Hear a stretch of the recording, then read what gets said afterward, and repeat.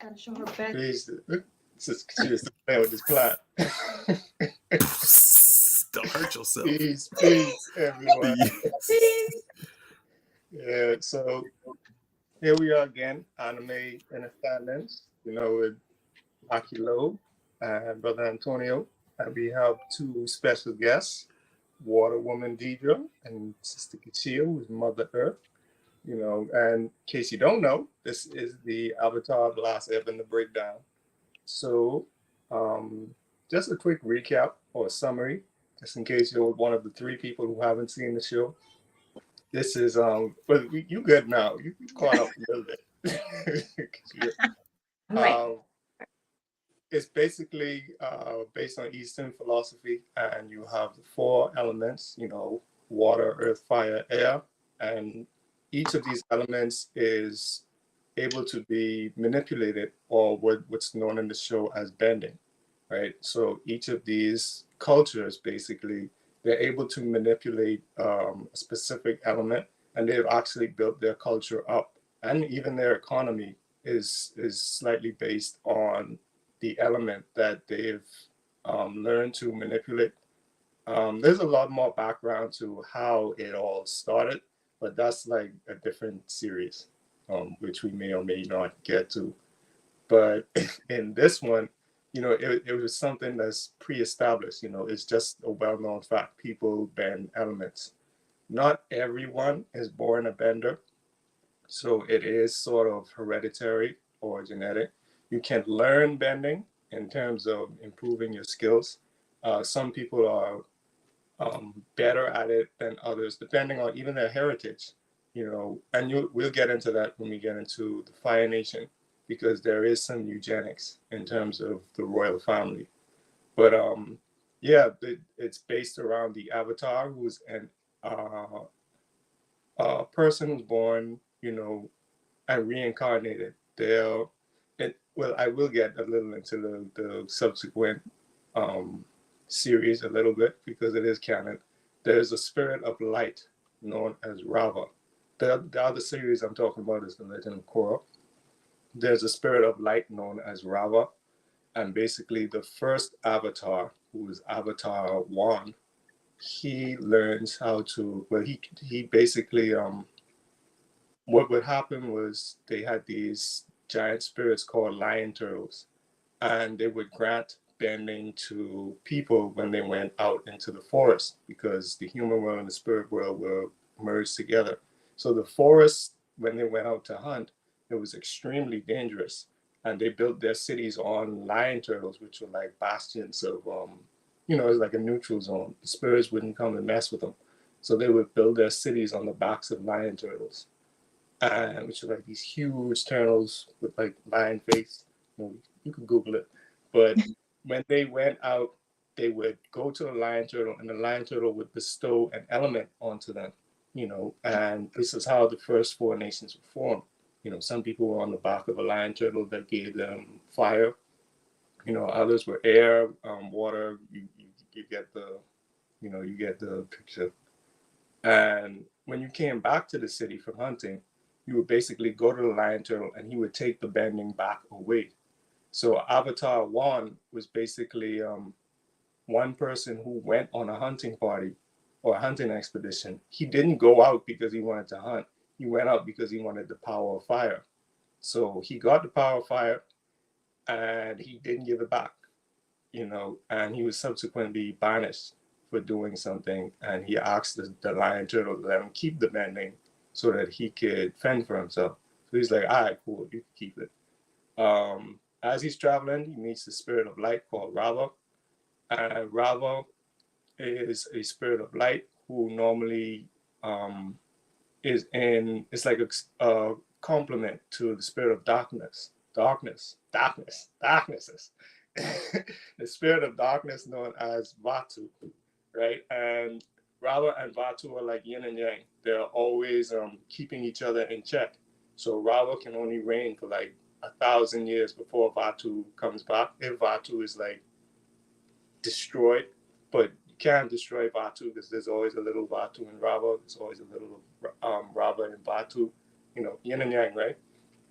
And they can only reign for like 1,000 years. And Raba's responsibility is to make sure Batu doesn't reign for that long, because humanity wouldn't survive 1,000 years under Batu, right? And this is where the Avatar comes in, because Rava and Juan basically go to confront Batu, and she's only supposed to basically possess him because he can't hold all four elements. So she's like, all right, you can't hold all four. I'll give you one and I'll hold the other three for you. But there is a point in their fight where she fuses with the first avatar, and because they stay fused for an extended period of time, she basically stays with him. And throughout his various incarnations, she's always with him. This is what the avatar state is. Anytime you see Aang's eyes and tattoos glow, that's Rava. Okay, so moving through the story, we find Aang, in a block of ice. He's been frozen there for like 100 years, and during that 100 years, there's an attack, basically a campaign by the Fire Nation to expand its borders and its influence, or share its culture, as imperialistic nations do. And as they're sharing their culture, they spread throughout the world. They destroy the air nomads, and we find Aang frozen in a block of ice. He's oblivious to all of this, and when he wakes up, he realizes that he was meant to basically learn all four elements and restore balance to the world, because the Fire Nation is wilding, at this point, and he basically has to keep them in check, which is something he doesn't know how to do because he's not trained to be the Avatar. At this point, he's like the Avatar in name only, because he doesn't control all four elements, but he does have that spirit of Rava, which has the memory of all of his previous incarnations. And that allows him to tap into the wisdom and skills of all of his previous incarnations. But he still has to build himself up in order to do this at will, because he's normally, like you can see in the earlier episodes, he's normally drained after he does it. I really I like this show since the moment it was announced, because like ever since I was young, I always wanted to learn like how to fight with a staff. So I was always partial to any type of hero that had a staff. And I was just flipping through channels, and I was passing Nickelodeon, and I saw him with his staff, and I went back. I was like, "What's this?" And it was an announcement for when Avatar was when it was supposed to drop, and I was like, I already knew I was gonna like the show, which I did. I doesn't matter what I was doing. If it was on, I would stop what I was doing and watch it. Like I would be on the phone with girls and get annoyed. Like the thing you used to do, like when you on the phone but you're not saying anything for hours. You just want to be on the phone with someone, and no one's talking. You just want the other person on the line, and I just hang up. And then she'd come back, she'd call back like maybe 5, 6 minutes later. Did you hang up on me? I don't know. It sounded like this. Click. I'm busy. You want me to be on the phone and listen out for you. But yeah, I always liked the show, and I learned a lot of life lessons. I learned a lot of philosophy. And it was one of those things that stimulated, a desire to get into conscious information more, because I was really fascinated with the elemental system and the philosophy of it. So yeah, I don't know. What are your thoughts on this show, everyone? We'll go with the avatar cycle, I guess, with water, and we'll go to you, sister. So, can you hear me? Okay. So, I was actually introduced to the show as my youngest brother who told me about it. Because I was maybe I was a little too old for cartoons, but I like them, I like animated shows. I like them. So when he told me about the Avatar, I was like, it's Nickelodeon, like, because the only thing I remember, the last thing I think I remember on Nickelodeon was like SpongeBob and whatever. And so I watched it, and immediately I was like, I love it, because it was elemental magic. And like I was one of those kids who secretly thought like I had powers. And so to watch like this show that actually, promoted like this concept that people have this hereditary gene that allows them to manipulate elements, I thought was amazing. I don't know if I have a favorite element. I like them all because they all had their cool pieces to them. Interestingly enough, like water to me was a little bit more boring than like fire and air. However, when they got to the blood bending, I was like, now that's interesting. I was like, that's interesting. And Yeah, another reason to stay on Sister Deidre's good side. I thought it was so cool. And of course, like they in the show, I thought it's interesting how water progresses. So the first book is water, and throughout the series, you actually see like the strength of water, like it intensifies because the water bender that we meet, like the first character we meet is Katara, and she's a water bender, like one of the last in the southern water tribe. And you see her progress in her skill because she's literally like one of the only people that's able to teach Aang when he emerges from the ice bubble or whatever that he was in during this 100-year war. So you see it progress from like even her skill set to the different things that have water in them. So it was also like an educational journey. Like there's water in everything. It's the substance that is pregnant with life and all its possibilities. So that was my take on water. For now, I got more. Yeah, so peace. I was this year this old when I started watching Avatar. I've never been interested. I was magical, but not in that sense, So, but I really enjoyed the series. Okay, I only watched book 2, a little bit of book 1, and some of book 3, but I really did enjoy it. And I'm going to continue it. I immediately wanted to choose Earth. It's just my thing. Of course, Toph is my favorite character because she don't wear any shoes. Listen, she don't wear shoes. Okay, I feel her, so I understand. Even to the part when she went to go get her feet done, I feel her. Don't touch my feet. So, but I really do like the Earth element, and I really do like how you have to be so decisive and specific when it comes to the Earth and Earth bending. And you have to be really present in order to, bend that Earth. So, yeah, I love animated too. Nickelodeon, I was watching, not that. I was really Cartoon Network after a while, but so yeah, so I love this. So that's all I got for right now because I got some more stuff. Oh well, well with me, I got into it mainly for the philosophy. Well, movies really because Uncle Iroh is Mako. Not just know the guy's career. Because Mako is cooler to me. He's always been cooler than Pat Morita. Which is Mr. Miyagi. So I watched them in Conan.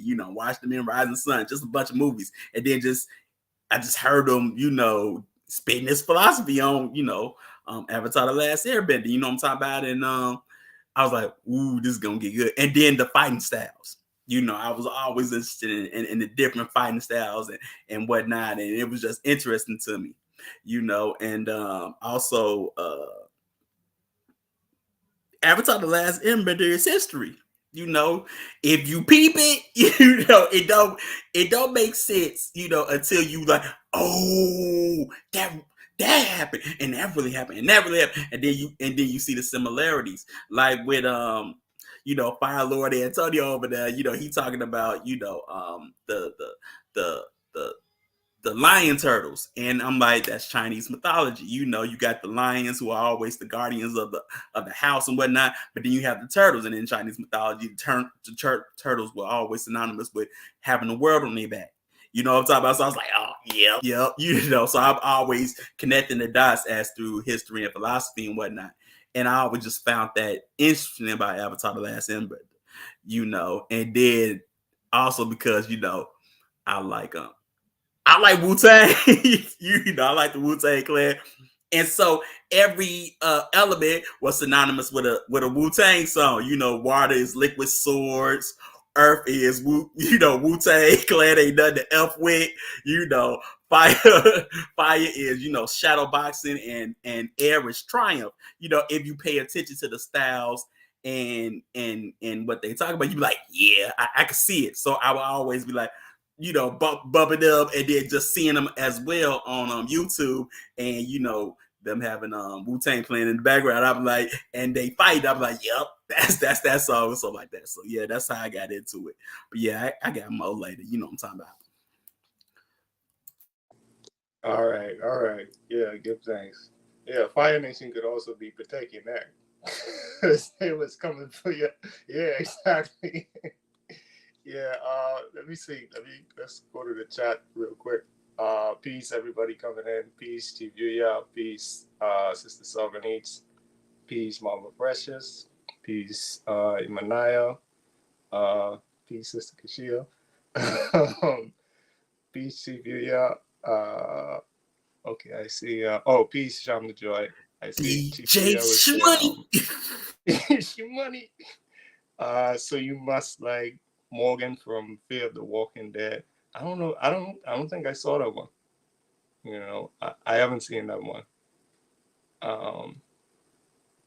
Let's see. Giving up a female for a cartoon. All right, I could take it. Yeah, just go back. It didn't hurt. She'd be all right. Women are the bloodbenders, so yeah, they are the bloodbenders. Yeah, so there's that. You bend your own blood. Leave my blood alone. Right, water is always present in the beginning.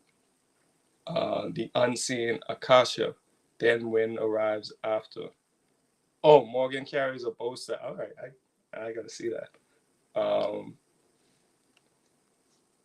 Wu-Tang had the song Gravel Pit as well. I don't know that one. You know that one, brother Lowe? Hey, come off mute. Check out my Yeah, I know it. They was like it was like Flintstones, right? The whole Wu-Tang, right? They was like in the Flintstones. They was in the gravel pit, had the girls, you got Dang Go RZA, and the girls just get it. You like, yep. Yeah, they showed it. That could be Earth too, gravel pit. Thanks, Chief. I forgot about that one, but I wanted to get, I didn't think people would know what gravel pit was, so I tried to get the more popular ones. You know what I'm talking about? All right, I can dig it. Oh yeah, the bloodbending was cool, Sister Sham. But yeah, starting off in the beginning, we start off in book 1 with water, and a couple of things we wanted to do. One was going over the elements themselves. Another one was just like the culture, and of course we got to do history. And then I don't know, what was your like Sister Deja, you were saying that it was kind of difficult to choose the element. Like, what was like your first favorite element? I was always between fire and earth. I thought air was practical because it was everywhere, but I always liked fire and earth. It was fire. I did like fire. And I think in the show I liked air because it was elusive. We had like if you look at like the whole series, like there's the 3 books. You have water, earth, and fire, but then there's no air. Like you have to kind of glean what air is throughout the entire series as Aang has to like discover himself because he's the last airbender. He's the only one left. So I really liked to see when they would like visit the temples and things because I was like, well, let's see what that nation looks like. And speaking of which, like I thought it was interesting, like in this fictional elemental world, like each of the 4 groups have their own name. So like yeah, it's the earth, water, earth, air, fire, water, but it's water tribe, fire nation, earth kingdom, and air nomads. And so like that actually it gives them identity, like, so even deeper than whatever the element is, it also kind of gives us a clue as to how they move. Mm-hmm. Yeah, definitely. Another thing that's cool about the air like the absence of the fourth book, which we do get in the first book of the first season of The Legend of Korra. It starts off as air. Yeah. That was the book that they're in. And what was interesting about that in relation to Aang was that he had to rewrite the book, basically. Like he was the last artifact of his culture.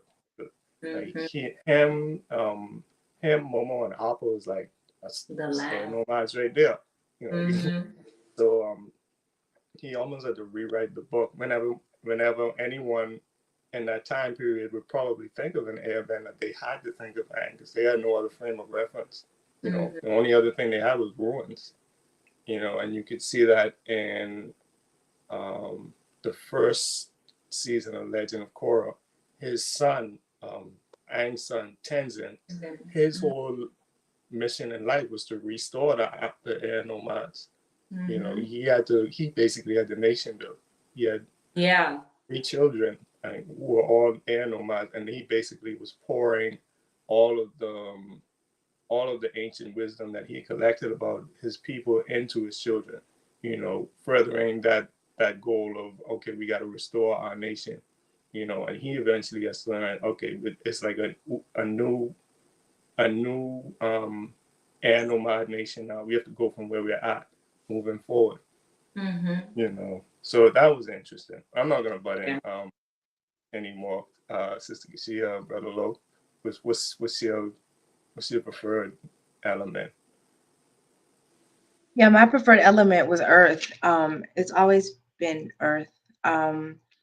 And I think I like earth. I like earth.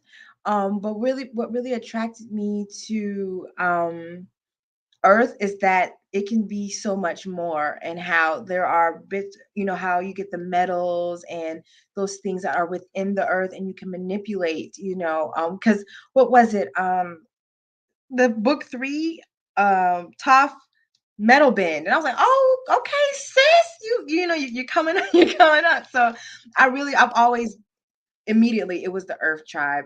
Water was cool, yeah, it was nice, but I really do like the sturdiness, the exactness, and the grounding of the earth.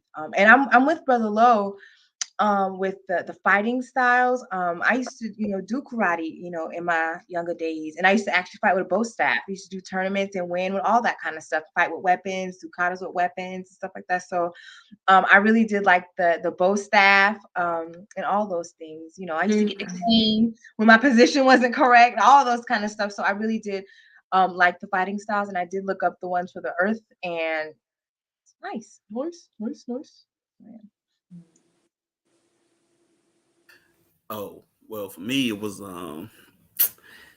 honestly, it was water. And that's because, the warrior element, they had, they were Inuits, what I'm talking about? They had the war clubs and the swords, and I was like, yeah, that seems like me, getting all native on you, I did like the Earth Kingdom, with metal bending and earth bending and whatnot, but I mean, honestly, when it came to like weapons, it was the Dow, the sabers that like Zuko had. He was a saber master, you could say. And so I always liked those because I always seen those in movies, and I'm like, oh, that's cool, just sword dancing like that. Because I never liked the straight edge, the straight blade when they were sword dance. So I was like, yeah, the saber is more my style. But yeah, for me, it was water. Oh, okay. Yeah, that's what's up. Yeah, I always liked different types of weapons when I was younger. If I had to rank them, I'd say favorite was bow staff. Second was like the bow and arrow. The third would probably be anything dual wielded, but the dual sabers were like my favorite in terms of I don't know, I like manual dexterity. Anything I see someone do like with their hands, like any type of skills, like musicians or people who fight or anything like that. I always like, that type of mind body type of harmony.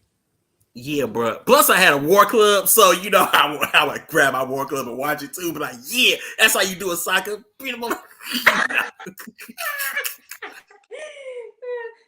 An interesting thing about Sokka. So Sokka is Katara's brother, and they're both from the Water Tribe. Like he was painted, or maybe or written. His character was written like this, like kind of goofy oaf.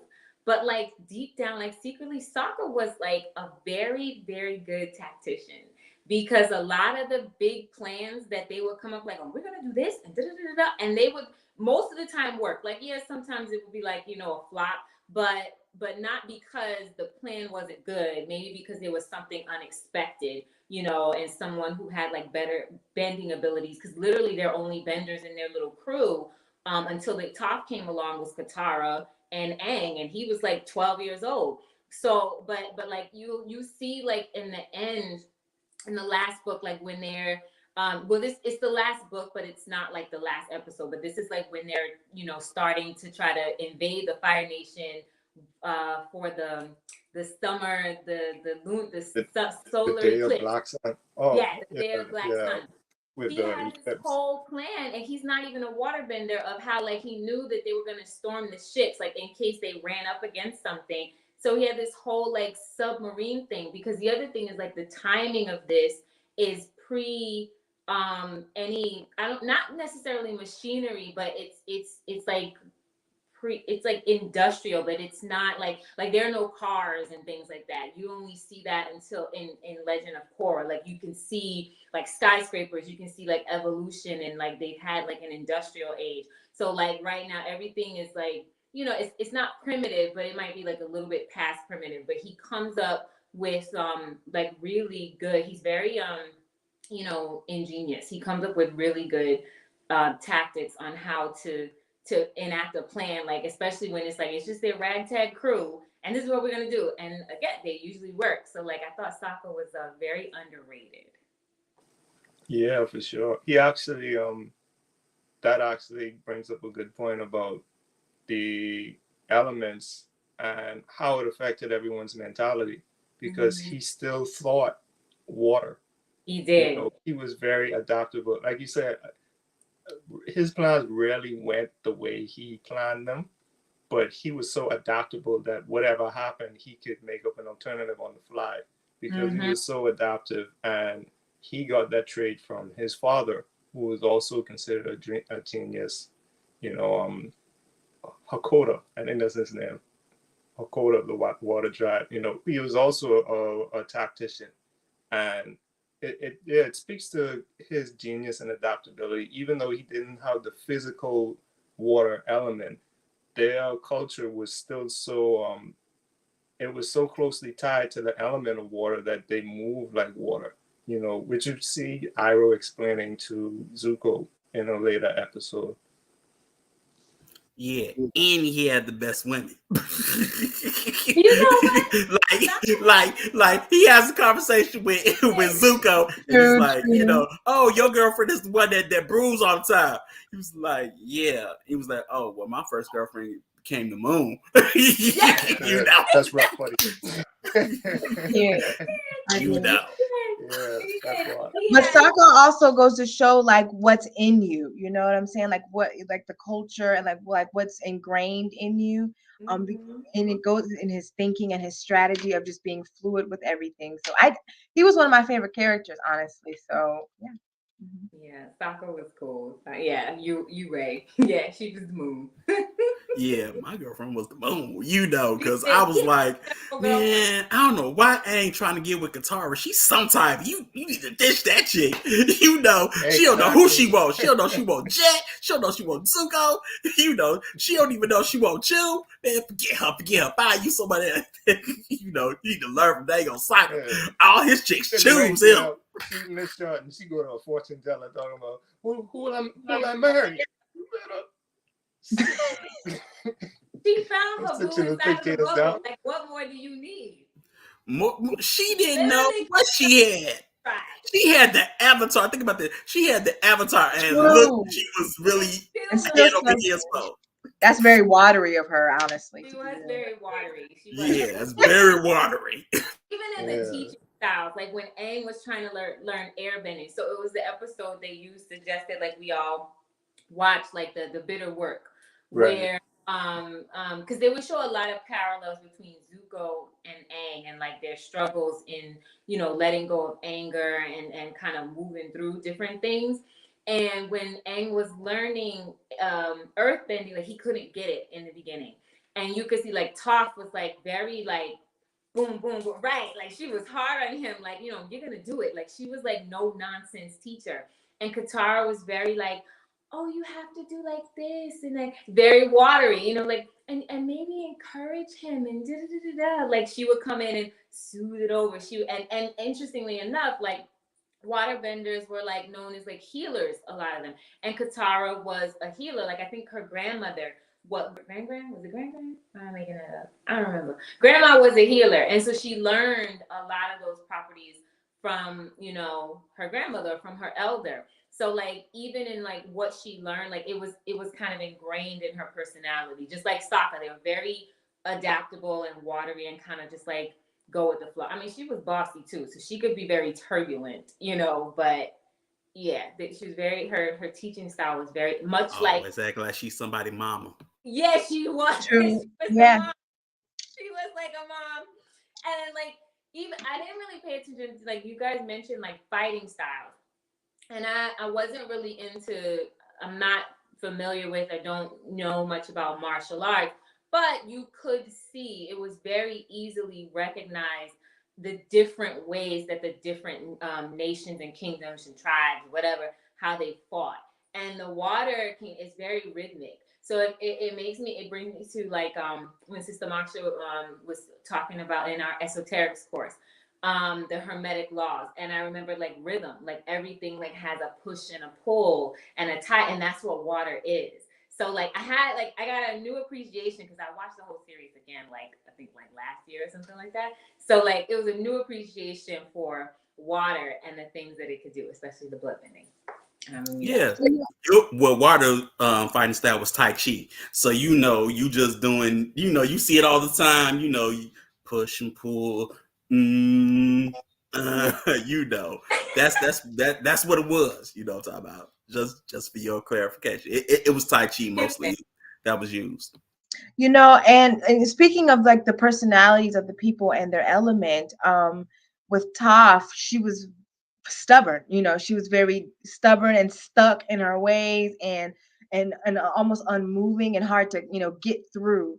And so when she in that when they were trying when she was trying to train on in the earth, even when Katara was like, you know, be gentle, be soft. She was basically like, cool story, bro. Like you got your way and she has hers. And I honestly do not think Katara's way of teaching he wouldn't have learned earthbending had she gone the way that Katara did. And even after that whole where he finally learned how to and got through with it, Yeah. Katara was like, yeah, you did the gentle or whatever. She was like, yeah. I was like, no, she didn't. Like she didn't. Like she was trying to invoke a different type of. And with the water, it was like, you know, that emotional, you know, one aspect of the emotions. But with the earth, it was more of centering a different type of emotion, like frustration and pinpointing it, and just, you know, just and focusing on one thing. And he had been like stuck trying to hide certain things. So yeah. Yeah. Yeah. I see it in the I'm chat. sorry, I'm laughing at the chat. I'm sorry. I just checked the chat. Uh, let's see. Just to catch up, Cham the Joy says fire and water. I think she's talking about preferred elements, fire and water. But then when the metal bending came in, I loved it. I like the air torture tactics though. You yeah, you gotta elaborate on that one. I don't remember air torture tactics. Yeah, I know about one from Legend of Korra, which I thought was like, because of Aang, you don't think of air as a violent, you know, airbending as a violent style Yeah. until it's season 3, I think, and basically something happens where a bunch of different people who didn't have bending got bending, and there's a bunch of airbenders now, including the main antagonist, you know, Zahir, who basically he learned how to airbend, but he was also a big fan of airbending philosophy, but he airbended the air out of someone's lungs and killed them. And I was like, huh, that's creative. Like bloodbending. See? Yeah, That would be the first thing I would do. I'm like, come here. yeah, I know he war. took What the air war? out What of their war? lungs. And it wasn't Mm-hmm. like a random citizen. Nah, this was like the ruler of the Earth Kingdom. And he just straight up killed them. I was like, okay, we and all right, this TV for teenagers. Okay, that's Yeah. not for kids. Yeah. Chief US says, oh, peace, Brother Raheem. Chief US says, Method Man was water, ODB was air, Ghostface Killer was fire, and the Jizzle was earth. All right, dig it. Got now you gotta. What torture tactics? We ain't letting this one go. You gotta let me know what these torture tactics is. I'm curious. Yeah. Yeah, man. But even with the teaching styles, because she did it. You know, she did the positive reinforcement because she was like, "Are you gonna do this or not?" You know, she's reinforcing what he did with what was it, the moose bear, moose lion, moose something. But she was like, "You stood your ground against a ferocious beast, and even more impressive, you stood your ground against me." She was reinforcing the standing your ground aspect. She wasn't like soft about it, but she still used it, you know, Mm-hmm. which I thought was cool. Even when you think about how like you think about these bending styles not just as moving the elements around, but these are like different states of consciousness that you could utilize and master. And you could see that in that later in that same episode with Zuko and Iroh. You know, when he's teaching them, because Aang is learning something that's opposite to his nature. Like Katara is like, okay, if fire and water are opposites, then what's the opposite of air? You know, and he's like, I guess it's earth. So she's like, that's why this is so hard for you, because you're being asked to do something that's opposite to your natural instincts. You know, and the same happens with Zugo. They do a good job of like these mirroring scenes where Aang is overcoming the exact same problem that Zuko is. You know, and you Mm-hmm. can see like the parallels of their journey. And while they're doing that, they're doing what's known as in Tai Chi, it's known as push hands, right? And they're pushing the water back and forth. And when Zuko is learning lightning redirection from Iroh, they're doing the same thing. You know, they're doing push hands. They're not doing it with water, but they do the actual physical push hands. And you could see that he's, I think the teaching term is like priming the pump. He's priming the pump so his mind is like receptive to the idea of, okay, you can utilize the mentality of these people and apply it to your natural affinity, which is fire. You know, so you're still taking in fire and redirecting it, but it has different properties, so it's going to happen slightly differently. But just look at the principle, and apply it in a different space. And it's like it's real scientific when you get to it. So I thought that was interesting. Like she did what Katara told and advised her to do, but it just took on like a different manifestation because it came through that Earth channel instead of a watery I'm everybody's mama channel. You know? Yeah. And Katara, I'm like, what is she like all of 14? Why is she trying to mother everybody? I keep asking myself that same question. How old are She these had a kids? All complex kids. Like Aang because is her the mother youngest. died, No, and all kids. What is going on? Right. yeah, And she they had a just living complex when her like mother died. what? She had a complex when her mother was killed. That's True. true. Her mother That's did true. die. It's kind of Yeah. like both Katara and Sokka, they moved like they felt like they had to take the place of their parents because Sokka, the reason why he was like very like kind of straightforward and like and strong headed and like what he wanted to do. Because he would always want to establish himself as a leader because in their little group he was the oldest, and it's like and what was it was it was unsaid, but it was there. I'm the male. I'm the one who's supposed to be, giving direction, and everybody's gonna follow me. This is what we're gonna do. I'm gonna make the decisions. But they would, pepper it with like, oh, but he's just the oath. But what was there was like they're following him. And he would always like reference, like, their father went off to like fight, in the war, like, because again, like I said, they were from the Southern Water Tribe, and they were like all but decimated. So he kind of felt like, I have to take my father's place. Same thing, like you said, with Katara. She learned healing from her grandmother, and she did kind of walk with like a chip on her shoulder.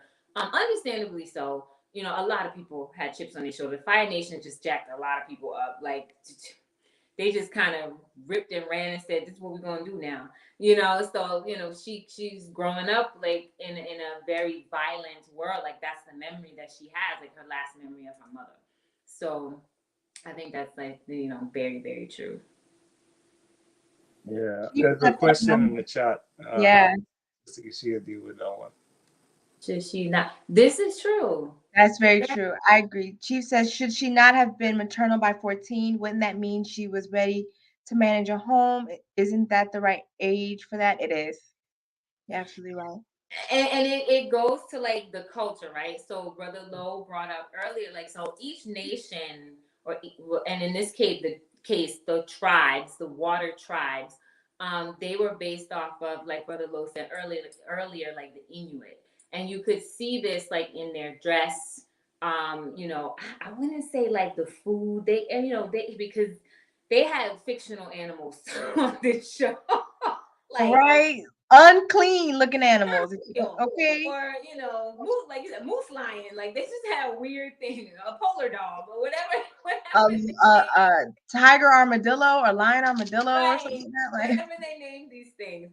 And so some of the things that I would hear mentioned was like this was in the bloodbending episode when Hama, this was the bloodbender, the first bloodbender we ever meet. She went to the market, so she's like, oh, I knew you guys were from the water tribe, and the Southern Water Tribe specifically, because of some, like, how they moved, and she overheard them talking. She's like, and I went to the market to get some stuff so I could make traditional meal. And like, she was talking about seal and something else. And I was just like, oh, and again, like, I wasn't, versed on what they ate specifically. However, we do know that Inuit culture, like, those people are from the polar, like the Arctic North.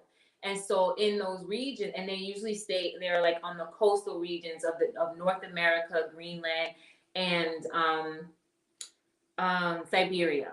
And so that actually is what's there. Like, you walrus and sea lions, like, a lot of sea animals, sea/land animals with a lot of fat and blubber, because it's cold up there. So like, and then you can use those animals for like the oil, like the heat, and to create a lot of things. And so their diet consists of a lot of fish and things that are from the sea. So like, they really did mirror or pay homage to, I guess, Inuit culture when it came to the water tribe. The interesting thing is, like, in real life, they're from the north, but they live in the Arctic North or polar north or whatever. But in the show, there's a northern tribe and there's a southern tribe. And the northern tribe, it seems like it's like the seat of government for all of the water tribes. And the southern water tribe is almost like annexed. They're much smaller. And the northern water tribe has a more fortified space. Like, there's literally like glaciers. They live behind and in glaciers, and have more of like a city. Whereas the southern water tribe, they is straight living off the ground, like living off the ice. There's like no cover except for what they build. Like, that's what it is. It's very like primitive and bare bones. Yeah, but about that, the history of that Southern Water Tribe, they were raided a lot.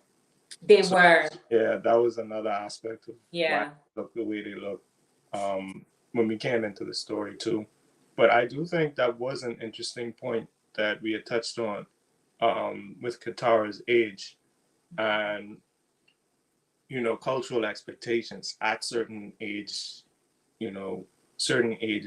Because in the West, it's like you're not an adult and you're not an autonomous person until you reach 18, you know.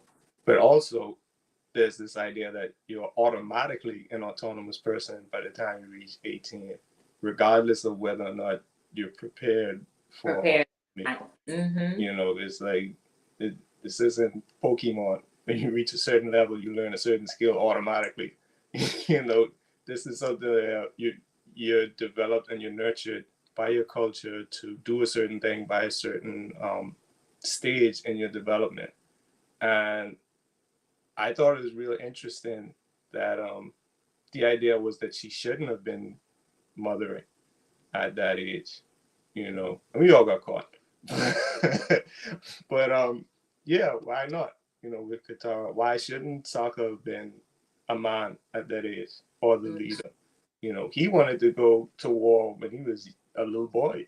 You know, when his father's leaving, he was already, he had his face painted up, he had all his tools, like, all right, let's go. When we leave it. You know. But it shows the cultural imperative that was relevant for the time and how the children thought about their responsibilities. You know, all of the main cast were teenagers. Yeah. The teenagers were exceptionally gifted, and they were doing things in their role, you know, based on their culture. They didn't like try to step outside of their boundaries or anything like that. They did what they you know, they did what they knew was natural and what they thought was relevant to the time. Even though Zuko was pretty young, he still had to learn to go through his rites of passage. You know, he had his rites of passage when he had to leave and come back. And what mattered wasn't that he left and came back, but it was like the character moments and the decisions that he made while he was away. You know, those like shaped the type of man he was. And it happened with all of them. They were all over the place, you know, and they experienced so many different cultures and so many different governments. They had to deal with corruption. They had to deal with all the people who were traumatized by the war. They had to learn to avoid danger, avoid detection, because you got like Zuko was good at tracking, you know. What? Yeah, they had to avoid all of that. You know? So I thought it was interesting, you know, the psychological expectations that we have of people at certain ages. You know, You so I know, just wanted, I didn't want to gloss over that part.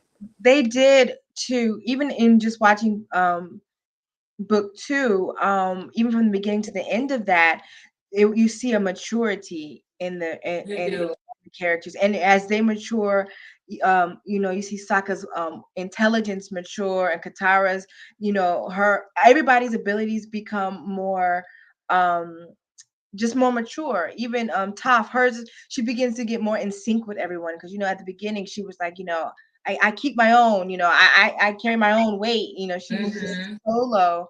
And you know, and so even as they matured, they begin it they begin to be more in sync, and they begin to get a little bit more powerful. So I do think, you know, in terms of age and maturity, that they went through the rites of passage for each, you know, culture that they met and each experience that they met. So I mean, though it was young, I was thinking like, man, I know it's a cartoon, you know, or animation, you know, I'm speaking on cartoon, I but think that's what it still, is.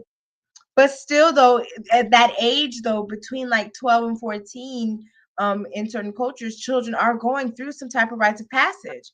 And so, and that this is theirs, you know. So Yeah. I agree. I think, like, you know, when I first watched it, you know, introduced to it, I'm still, and even when I watch it now, like I'm still looking at them like they're just babies, like they're kids. Like Aang is 12, and like it's Katara's like 14, Sokka's maybe 15, 16, Zuko's probably like 16 or 17, and I'm thinking about how old I am, and I'm like, they're babies. Like, what are you doing? But you're right, like exactly right. You know, they're actually at the age, and what many cultures still practice today is like they're adults, like, you know, 13 is the age in some cultures. So it's like they're all, with the exception of maybe Aang, he literally froze himself before he could go through his rite of passage, but everybody else is kind of like there. question. Well, the question that was posed is how could one really develop superior technology while still fighting the elements?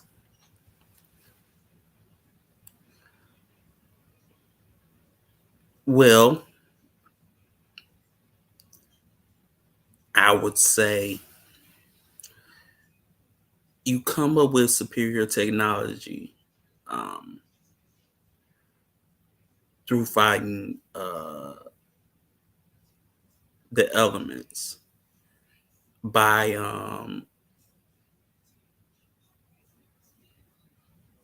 basically having a creative need for a certain thing, um like with the air nomads and the oh in the Northern Air Temple, when it's explained that they were refugees and that his son um had an accident because of the Fire Nation and the war devastation. He saw this temple and the thing and the gliders and everything. He said, I'm going to make inventions to help my kid fly in the air, and then all of a sudden you see everybody else, that lived in that air temple able to glide and fly and on gliders and basically using, basic, like Da Vinci designs for flight, I would also say, uh, even fighting the elements, um, you're still, it's not like an I would say maybe an um, everyday thing, because look, like you would say the most developed um, technological uh, faction would be the Fire Nation. I mean, they the one that had, the metal ships and everything. And to think about it, they weren't really fighting the elements at the time, but they once they began to want to try to conquest, they had a a military machine technologically to fight the elements, to fight Earth. You saw them have tanks, and then you saw them have, air balloons and zeppelins and things like that, while still fighting the elements. Because they knew what they were. One, you could say they knew who their enemy were, so they knew what they were fighting. They knew, fighting air nomads, you was going to need something to get you in the air. So now we have air balloons, you know, um, and then you have, the Earth Kingdom, who's going to use the Earth. So then we gonna make tanks, we gonna make these tanks where even if you try to flip them over, it's not gonna work. We can still keep going, you know. Um, so I would say it like that, really. But anybody else? Yeah, I would say I'm looking at the chat again. Chief Buya says, I'm thinking how primitive the Southern Water Kingdom was. Could we account some of that to the environment they subsisted in? I think so. Yeah, definitely.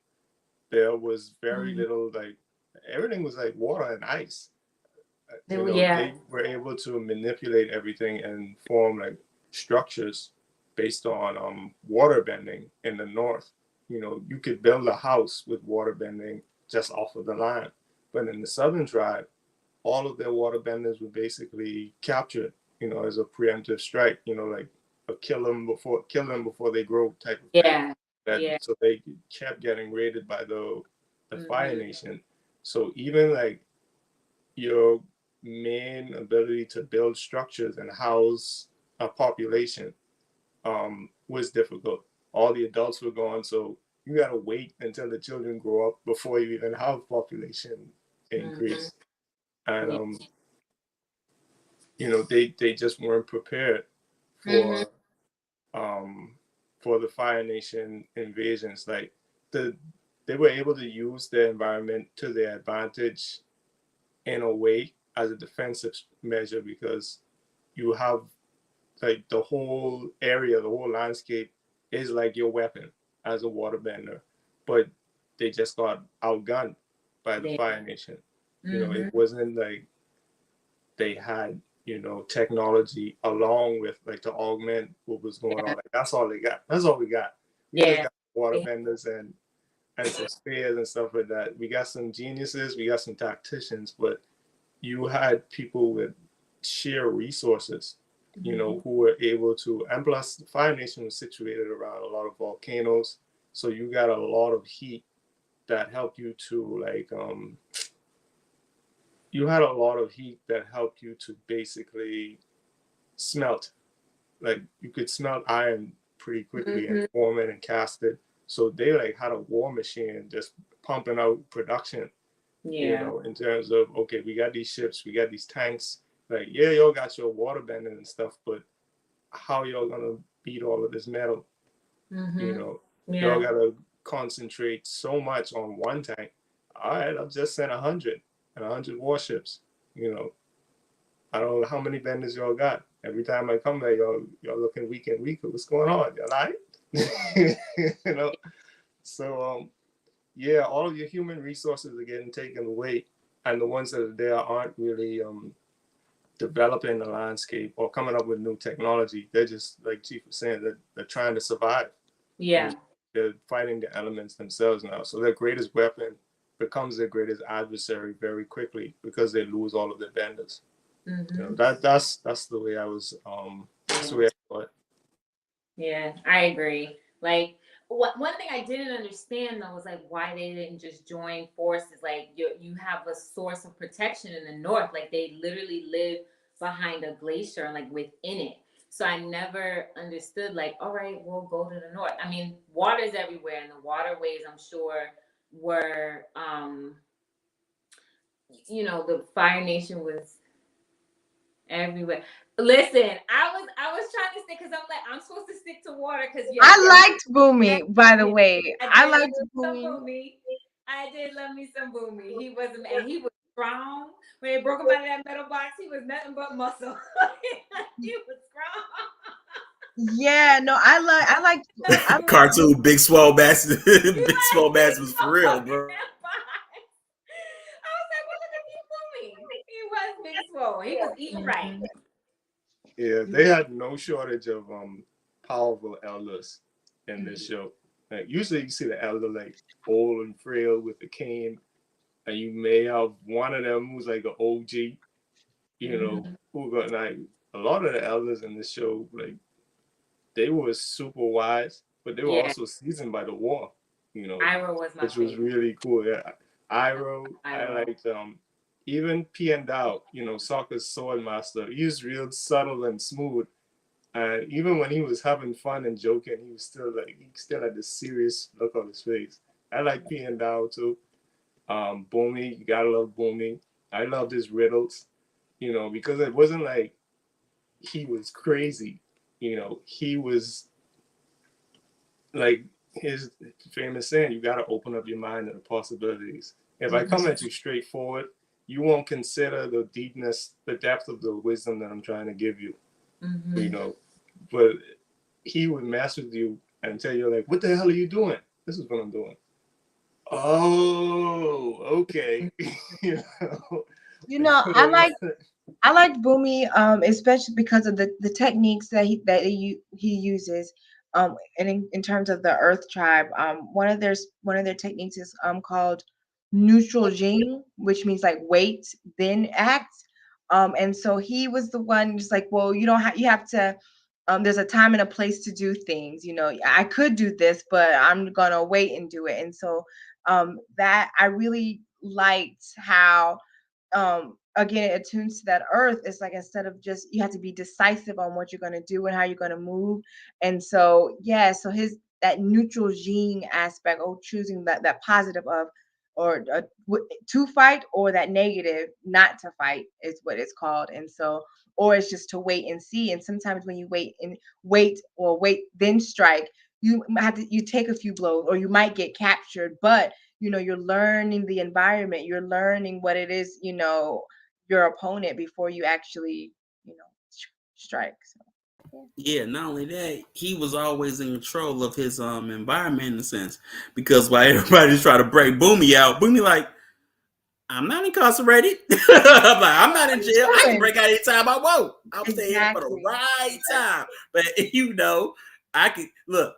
He was like, I could still earth bend even in this metal cage, this metal coffin they got me in. I can still get me out anytime I want to.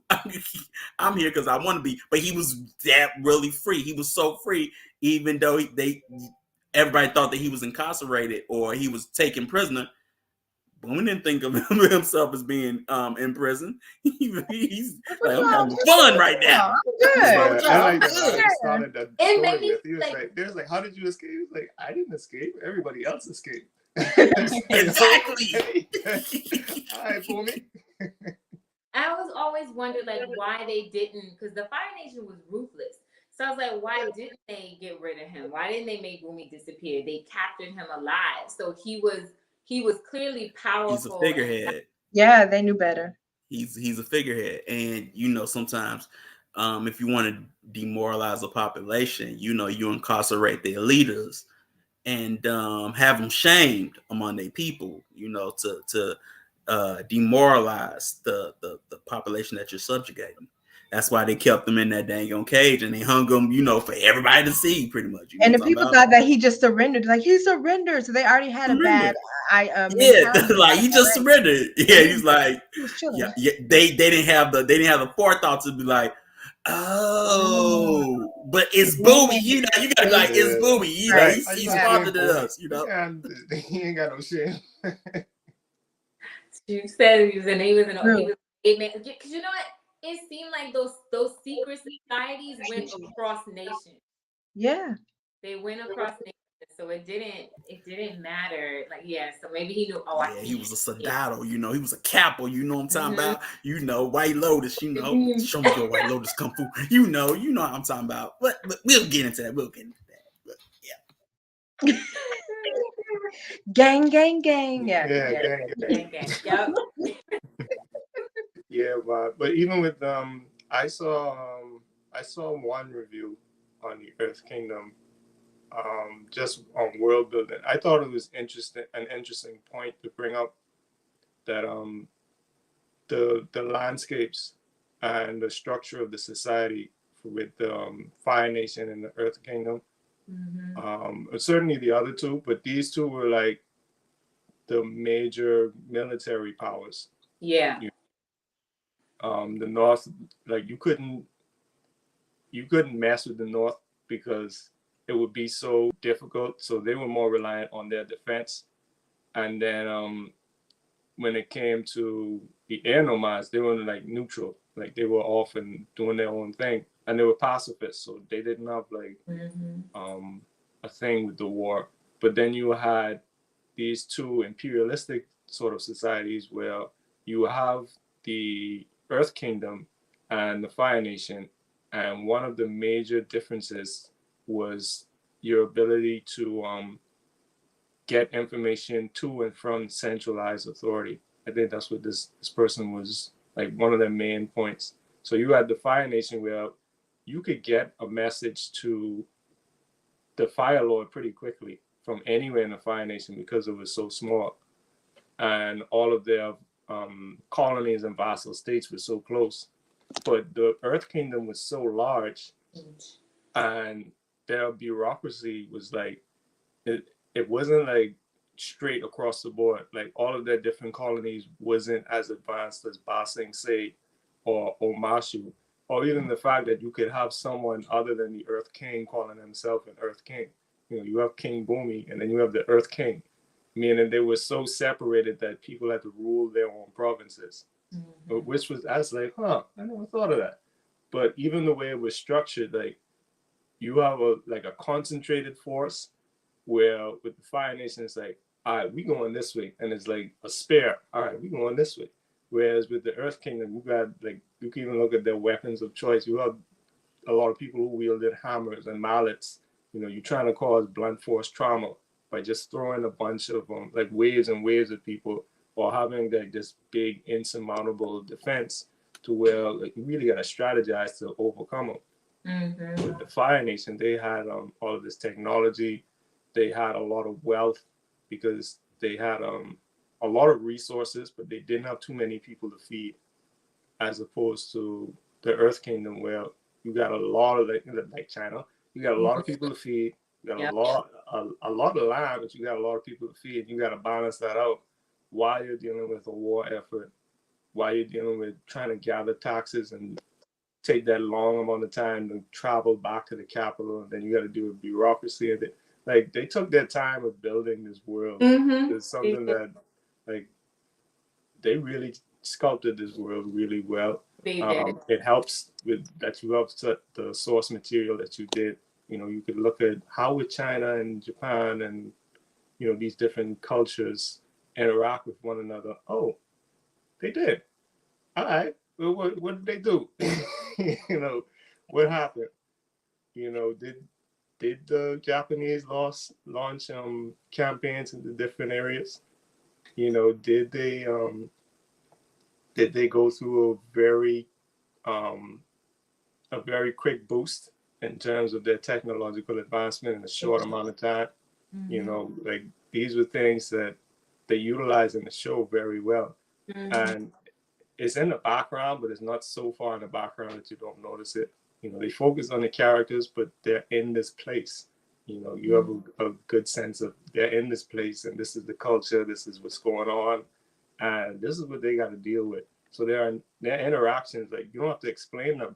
You don't have too much exposition. It's just, all right, we're going to the Earth Kingdom. And they'll show you the Earth Kingdom.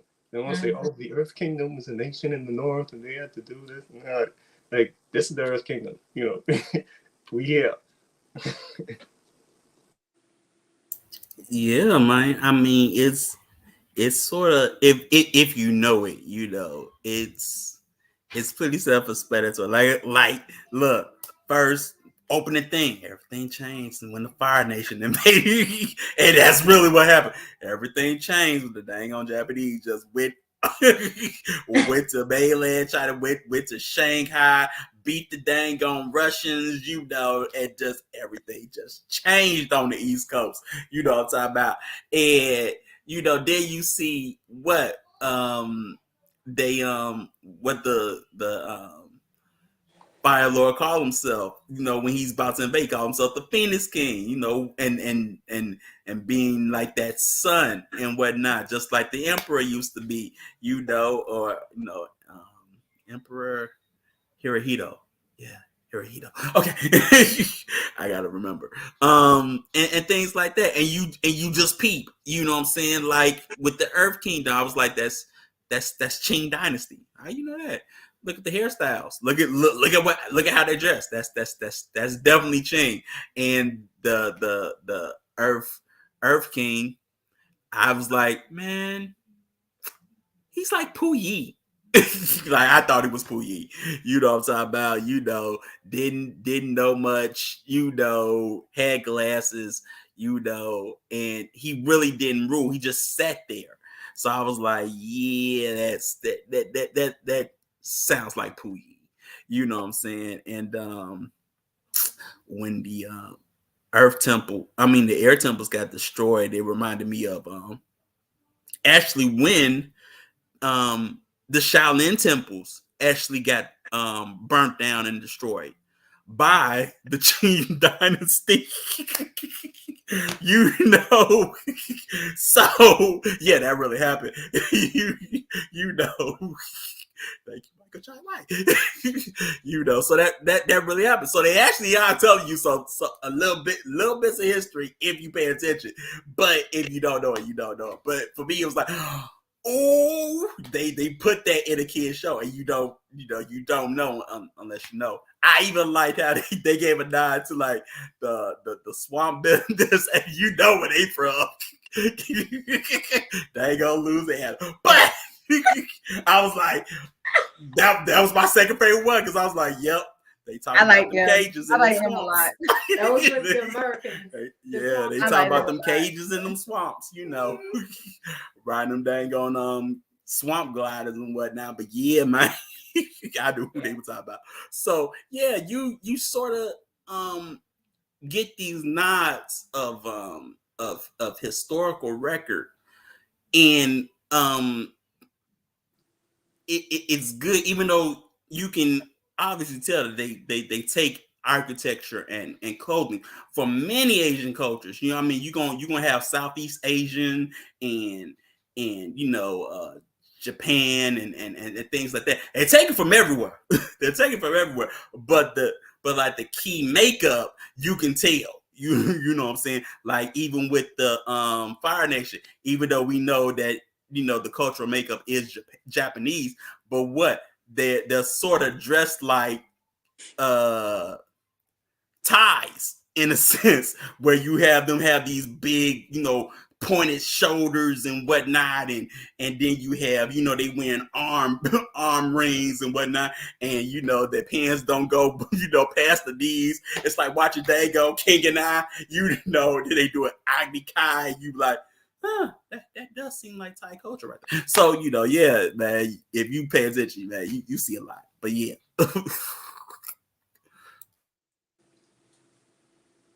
Well, give thanks, because I didn't see any of that. When you told me to look it up, you was like, I'm surprised you didn't see. I was like, how was I supposed to know that? Because you an archivist. You an Oh, archivist. Look, look. you're the history archivist. Yeah. But you pick, And but look, you know how to pick up stuff that I didn't even know existed. You always digging in the archives. If I know music archives, I know I can go to you. If I know radio archives, I know I can go to you. So, I mean, it shouldn't be that hard. I just gave you a hint. You did, and I was like, okay, that was great. Who? Exactly. See. But give thanks for the lesson. I do appreciate it, because I was like, what? Yeah, I'm sure you Yeah. were. This taught me a lot about history too. Actually, this show made learning about history a lot easier. I agree. Because you have this fictional landscape. You be like, oh, like that's like over there. Okay, that's like over there. And like when I was looking up the history of Imperial Japan, I was like, oh, y'all was wilding. Yeah, anybody could have get it. Okay. Like, straight shots. It's no wonder they were like the Fire Nation template. You did not want to be in a I think at POW one camp point, with the Britain was like, Japanese. You "You just doing, did. bro?" Like on site, they Yeah. will mess you up, and they do not care. They have no compassion, nothing. You be like, they just total devastation. You be like, not them. You be like, it's the same people that created anime, and he did that. Yes, Yeah. yes, them. But it's also cool to know too the educational systems. Mm-hmm. Like when they showed the educational system in the Fire Nation, when Aang and them were like undercover, and he actually, like, I think it was a truant officer, was like, "What you doing out of school?" He grabbed him and threw him into school, and he could see how the Fire Nation children were being taught, and I thought it was just looking at what they call the Prussian system of education, which Prussia is now Germany. But that system of education where you weren't really educated to be a functional person, you were educated to serve the state. You were educated to serve the purposes of the state. And if you, I think that the common story was when they were fighting against France, the rulers of Russia determined that, they lost that war because too many soldiers were thinking for themselves instead of following orders. It's like, all right, we got to do with these babies, right? Y'all got to grow up to learn that you got to follow orders implicitly. You got to respect authority. There's a education system for the, for the common folk or for the peasants, and there's education for the people who are going to be the ruling class in the future. Mm-hmm. And you can see something similar paralleled in Avatar, where even though it is still, which it should be, skewed towards loyalty to the state, you see Zuko and Azula would have gotten a much different education than the classroom that Aang is put in. you know, and even the teachers say, "Oh, you must be from the colonies," you know. So they like they already have this hierarchy in place too, where okay, we're from the Fire Nation, like y'all just got here, so you know, y'all. I can understand why you're so unrefined, you know, that sort of thing. But I think I'm not gonna say it because I'm not sure about that part. But it's interesting that many imperialistic societies follow this trait or this trope where you're going to be educated to move in a way that aligns with the state. And why would I educate my citizens to not move in alignment with the state, right? Right. Even in terms of history being rewritten, there's a point in time where Japan's history was not like taught the way it is. You can see that with American history too. You know, you just start learning about all of these. What really happened? And they Yeah, still more teaching reading that in happened, the school. and So the people who were reading changed too, and the amount of them that were reading. And it's like, oh, so like you get one black person who reads in the whole town, like back in those days, and they say, yeah, we were enslaved, but you know, we actually wrote the Declaration of Independence. Like, what? Get my rope. What are you talking about? But yeah, you could see how education moves hand in hand with state policy, as opposed to it, you know, bringing out the genius of the individuals. So I thought that was a very key piece as well. Mm-hmm. And isn't it like creating I guess like creating a citizen? Because Chief has said like a citizen is a slave. So it's like what do you want to form, right? Things that are created are divine, and things that are formed are, you know, from here, from this plane, from the earth. And so clearly they were moving with, you know, they were moving in a different space and with a different frame of mind. It was not from that divine space. So with that, Sister Deidre, what would be the difference between creating a citizen and a faithful adherent? You know, what would be the difference in that? You know, I think it would be like, so it's kind of like what we learned in study group yesterday, like staying with the law and on that righteous path. And I think in this case, like in this fictional world of Avatar, it is staying on that path of, you know, what each nation is supposed to do. Like, this is the purpose of this nation, this is the purpose of this kingdom, the purpose of this tribe. And you're supposed to kind of stay within that, the laws of that element, but also understand that you have to strike a balance with the other three. And when they stepped outside of that, you got 100 years war, you know, and everybody's like at each other's throats.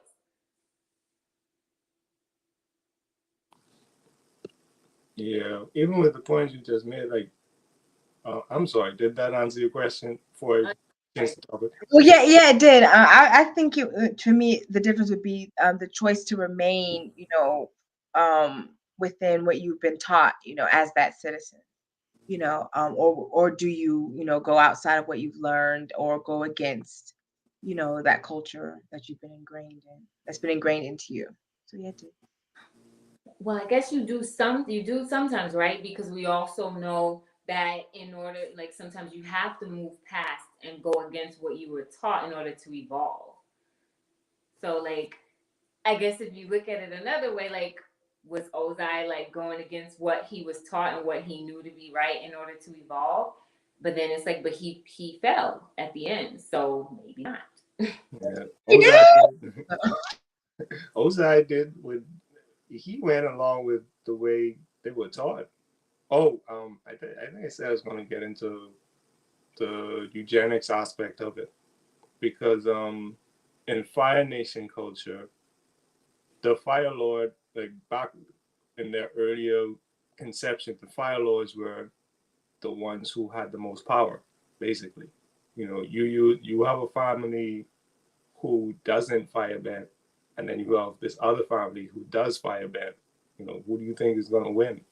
Who do you think is going to secure all the resources? So you could already see like the seed of a philosophy of expansion already there, even among their own people. You know, if I got power and I want that thing, I'm gonna get that thing. So it's like you got a bunch of like different sects or different mafia families, basically. Like, yeah, you gotta pay protection money, buddy. You know, we own the area. You want to get something, we got the influence. So you come to us, you ingratiate yourself with us. You know, you could get what you want to get. If you offend us, you know, not only could you get blasted, but you could also get like shunned or shut out. And as time progressed, firebenders, like strong firebenders, would only mate with other strong firebenders because they wanted their lines to be strong. And it was the same with the royal family. Like they would only really mate with other strong-blooded people or people with good genes, so that they could keep their bloodline strong and pure. You know, so as time progressed, they started producing stronger and stronger benders. You know, and that's what happens with the Fire Lord and Zuko. Like they always saw Zuko was like a disappointment because he was the least talented among his family in terms of raw ability. And I don't want to spoil it, but there is like an addendum book. It's called The Search, and it answers one of the unanswered questions in the series, which was what happened to Zuko's mother. Okay. Yeah. And it also goes into the history of it. Books. Hmm? Are you talking about the comic books? Yeah. Yeah, I never got it. I didn't know they existed. I didn't get a chance to read them, and I'm not too far along on my Korra journey, but I didn't finish it. And a lot of stuff was revealed, but I mean, listen, spoiler alert. But it seems like he got, because I was able to like research some of like about the books that give like the epilogue to what happened, and it seems like his mother was like, well, we know what she did, but like he's soft. I don't want to say soft, but he has compassion, and it seems like the compassion comes from her, right? And Azula, his sister, was more like the father, like she's just batty, like just outside of her mind.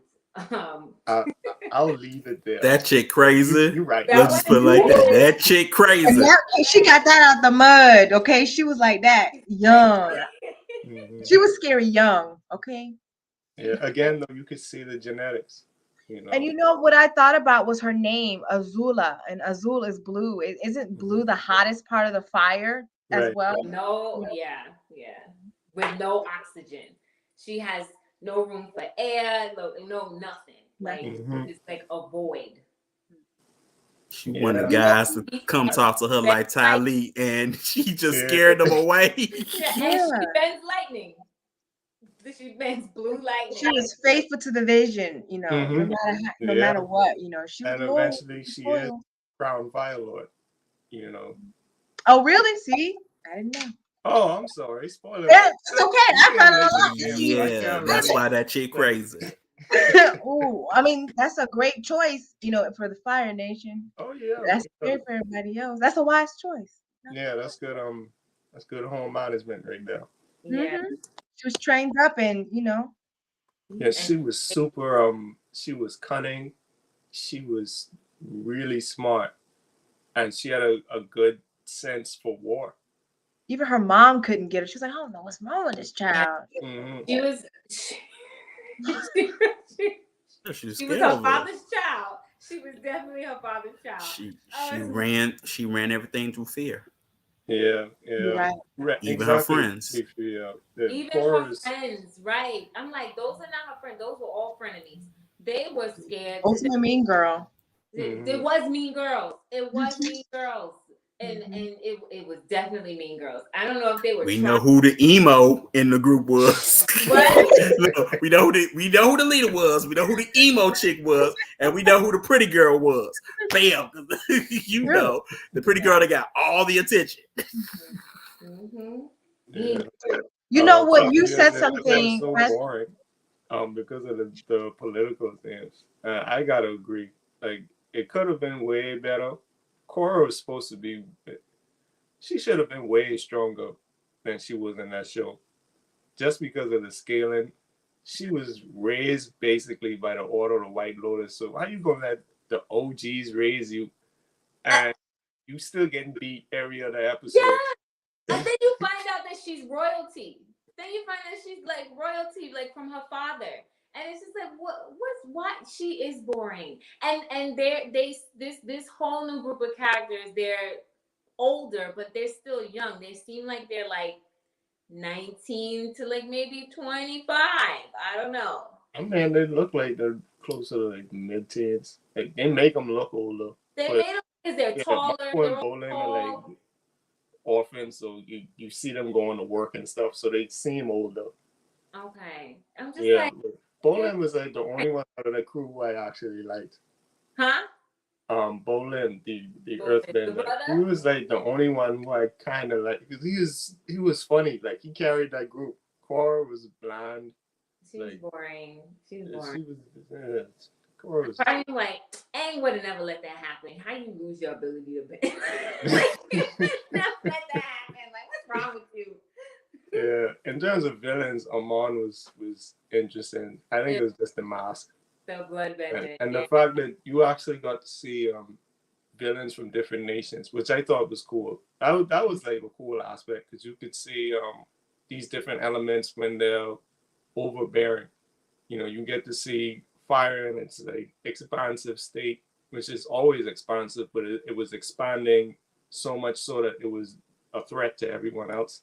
Mm-hmm. You know, and then you could see what happens when I think the next one was water. You know, you could see what happens when water gets out of control with Amon, and he's basically like, yeah, get down or lay down. You know, I'm spreading. So y'all trying to get your water wings, so y'all can get drowned. Like, which one? You know, then you had actually you got two water nation villains because you also have Korra's uncle, Unalaq. Unalaq, yeah. Yeah, he manipulated spiritual energy. Yeah. But it was also the weakest aspect of that show. The only thing that redeemed that aspect was the history of the Avatar with Avatar 1. And then you also had an air kingdom, an air nomad with Zahir, who was by far the most threatening because he almost succeeded in ending the Avatar line. You know, he almost killed the Avatar. Not Korra, like the Avatar. You know? And then the last one was Kuvira, which you could see the foreshadowing with her because they're like, she's just a random soldier in the previous book. But then you could tell she's going to be important because they're like, what is your name, soldier? She's like, I am Kuvira. It's like, yep, next villain. So she's very efficient and she basically solves the issue that the Earth Kingdom has with being so spread so thin. She unifies the Earth Kingdom, you know, and she's like, she ain't no one to mess with. But even she, you know, falls flat. She's not very charismatic. She's just efficient. Yeah. Know? But you get to see some cool metal bending aspects because she's real good with that. Yeah. You know what? I didn't look to see if they have the same creators. Like maybe the writing, the storyline is different because it's not the same creators. I didn't look. Did anybody like pay attention to the credits? Like, is it the same? I didn't look, and maybe that because it's just not. I mean, it's. I watch it because I'm like, okay, well, I want to see the story. I want to see how this ends, but it's not as exciting as the first one. Yeah. Yeah, you get 3 seconds of credits, and we on to the next episode. Yeah.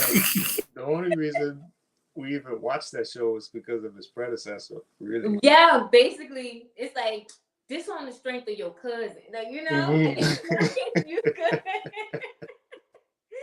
Like, exactly. It's not that great. Yeah, it's like the same thing with Boondocks, you know, like the first 3 seasons. Then you get the later season, you like, bruh, like, what is y'all doing? Yeah, when Aaron McGrew ain't participate, now we get exactly. this. I'm done. Yeah. I feel there watching Black Jesus. Y'all do your thing. Okay, exactly. I like Black Jesus. So We be smoking and chilling. That and Black Dynamite. Yeah. Exactly. Yeah, yeah. Chief said he couldn't get through Korra. I couldn't either. I've been trying for a long time. I'm gonna finish it. Yeah. I'm gonna finish it. I'm gonna try. I watched it because like I could never put stuff down once I pick them up. Like if I start a book, I'm gonna finish it. I'm gonna complain the rest of the way. I'm still gonna finish. I ain't gonna like it, but I'm gonna finish. Movie, so let me sit down and see how this corny movie ends. What's the moral of the story? Yeah, that one is great. Yeah, the Avatar. I think and you know what? I don't care. I still watch it. Like every now and again, like let me pick an episode. I still watch Avatar. I love it. Yeah, I really liked it as the first timer. I really enjoyed book 2. I'm gonna finish it. And I'm gonna even start Korra, but I really liked Iroh. He was spitting those gems, and I was writing down. I was like, "Oh, I'm gonna put that on my mirror as an affirmation." Like, come on! Like every time he spoke, it was very good and very it was a good message every time he spoke. So it was balanced. His delivery was good too. It was good because he knew who he was talking to.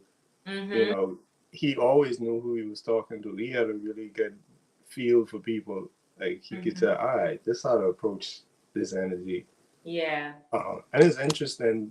Part of his history is that he went to the spirit world for a time, so that could have even influenced, you know, how he looked at people.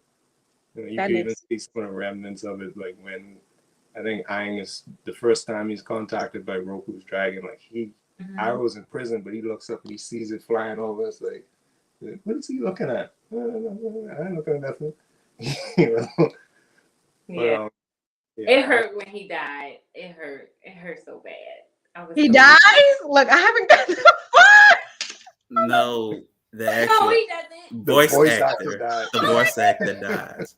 Yeah, Mako, man. Like I say, man, you had to pay attention to his movie career, you know. But yeah, the voice actor died doing it. You know, that's why it says in honor of Mako when we get to. I saw that. Oh, that was him. Oh. That he was the voice actor. And it's like, I guess because it was so, you couldn't change his voice, because also I think the voice made the character too. Like you wanted to like listen to what he was saying. Like Iroh was awesome. Anytime I hear Mako's voice, like that's why I like Samurai Jack so much, because he's like this gleeful villain. You know, you get to see him as a wise uncle. You also get to see him as this villain who's just reveling in his villainy. Like he ain't got no mistakes. This isn't like Amon or Zuko or anyone who has like a noble, like it's a means to an end. Nah, I am the end. You know. You know, I like those types of characters. You ain't gotta worry about them trying to justify that. Like, we doing this because we doing this. The quote in the chat. Let me read it. Everybody's muted. I'll read it. So, Sham the Joy. Yeah, Korra was a little dry. Yes, we all agree. Korra is dry. She says the complexity of the sage Iroh was that he learned an important lesson from Toph in regards to loving his nephew. In contrast, Bumi was an elder sage who accepted no external change. What? I don't remember. What did he learn from Toph? There was an episode where Azula was basically chasing them. And she's doing like this battle of attrition sort of thing where as soon as they landed, you know, she would basically show up like whenever they were about to go to sleep. And then she would chase them. Appa was shedding a lot. So they was just following their hair that was falling off of Appa. And this was around the time when Zuko and Iroh had basically split up. Because Zuko was like, okay, got me out here living in the boondocks with nothing. Now we gonna get you want a teapot? I'm gonna get you a teapot. He started robbing everybody. Zuko was joking everybody left and right. So I was like, "What you doing? You got me out there robbing people and everything like that." So Zuko was like, "Listen, maybe it's time we split up." You know, when Zuko goes his own way, and he has that episode when he's on his own. Again, another rites of passage moment for him. And Iroh was basically on his own too. and he bumps into Toph when she splits from her group because she's like, I carry my own weight. I ain't helping nobody, but I ain't no burden to nobody either. So leave me alone, Katara. Like, stop. Yeah. Hey, man, you keep trying to get me to be a team player. Like, I'm here, I'm teaching. Like, what more you want from me? Yeah, she was very me. And they basically run into each other. And you can see a little bit of Toph's mentality coming from her upbringing too with her parents. Like, you're doting over me, and you're treating me as though I'm incompetent just because I'm blind. Mm-hmm. So I'm gonna carry my own weight. She prides herself on that. And Iroh, when she and Iroh meet, they basically, she knocks him over thinking he's an enemy. He doesn't come in with any aggressiveness, and he makes her a pot of tea and they talk. And she discussed what the problem was, and he says what's going on with him and his nephew. And it's like reciprocal. He gives her advice in terms of being willing to let people help her. And she gives him advice as well in terms of how to deal with his nephew, coming from a young person's perspective, especially someone who's trying to find her own way as well. We could like put it into perspective, like this may be what your nephew is going through. So yeah, like This is book 3, right? This is book 2. Book 2, okay. Mm-hmm. This was right after they recruited Toph. Before Aang gets hurt. Right. Yeah, it was like immediately after they got Toph. Yeah. All right. Yeah. I know. Yeah, I didn't realize it. What's so funny? That's like you said. He was like, "Oh, Ira." It's like, it's okay. You know what you about to do? Shed a tear. You about to say it's so hard to say goodbye. Yeah, I didn't know it's because the actor died. I really didn't. Yeah, I didn't know who Mako was. Now I'm sad. I'm like, oh man. Oh yeah. I mean, yeah. Some of us watch movies with him in it. You know what I'm talking about, especially Conan. I am in need of you. I am yours. He was super tight. Yeah, young Kim. Yeah, all over again. Getting heartbroken. Younger. But yeah, man, that's him. He's the narrator and thing talking about my Lord and whatnot. So yeah, man, that's him, man. His replacement did a good job in terms of his acting wasn't jarring. Like when you came back to the show after the second season, and it wasn't like, who's this? Like he did a really good job filling in that. The voice wasn't like the same, but you could forget it pretty quickly. Yeah. That wasn't Mako. Okay. Yeah. Go ahead, sorry. Well, I thought what could have been interesting, at least Legend of Korra could have touched on. Because first off, I'll be honest with you, I didn't like the dang on ending of Avatar: The Last Airbender. I didn't care that Aang finally got to have a tongue kiss with, got some tongue. I couldn't care about that. What I was thinking? I thought Aang was gonna leave, fly off, right?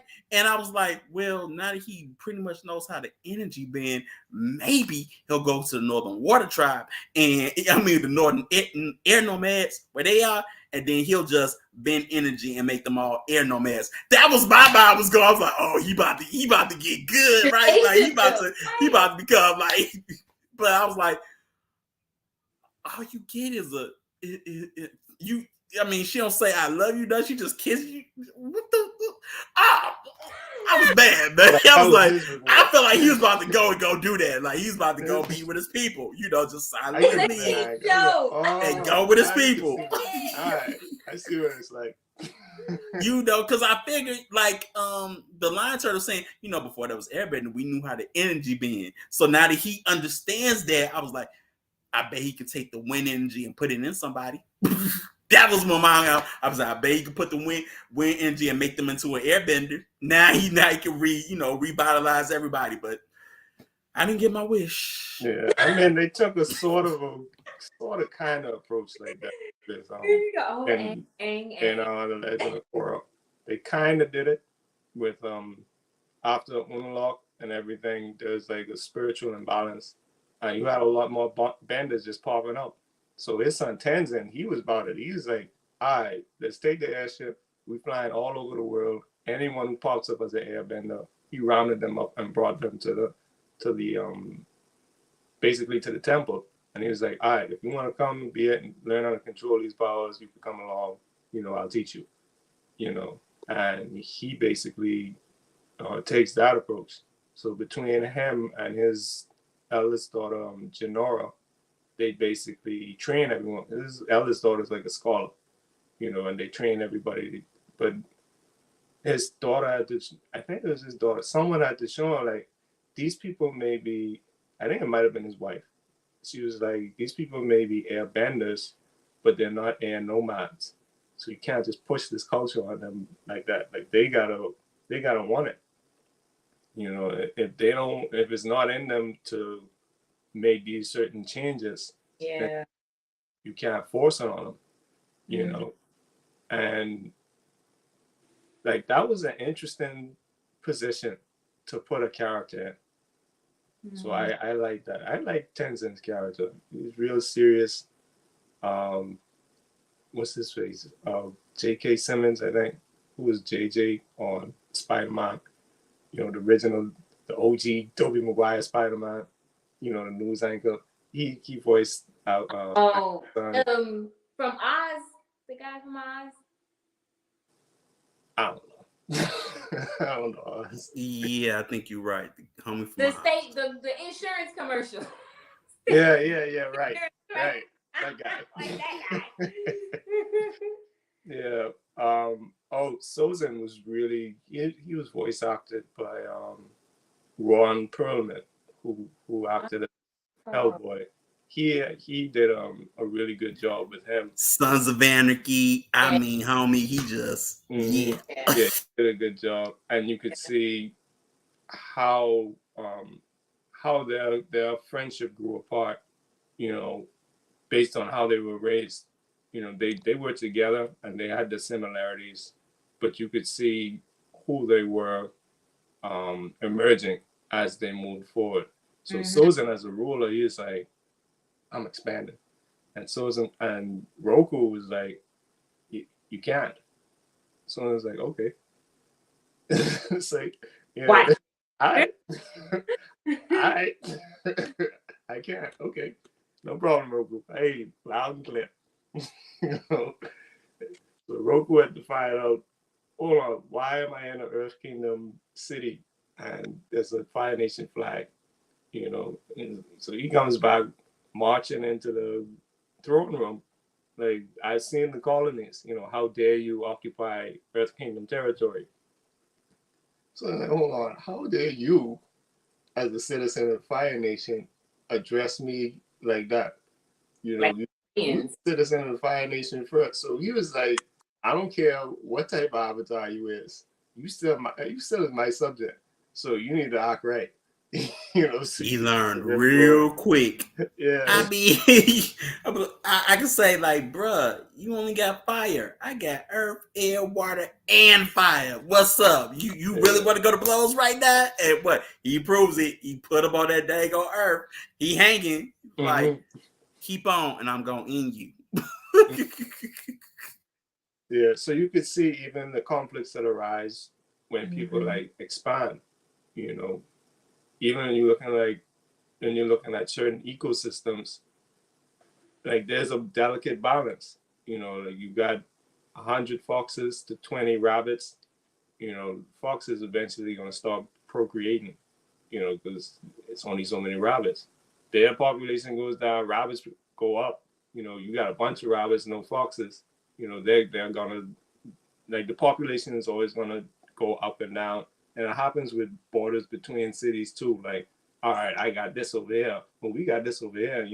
Like, you could always see the relations between nations that border each other. They can have a strain, or they can have, like, you could see the what do I want to say? the importance of diplomacy or having relationships with the people who are around you, or even just knowing who your neighbors are.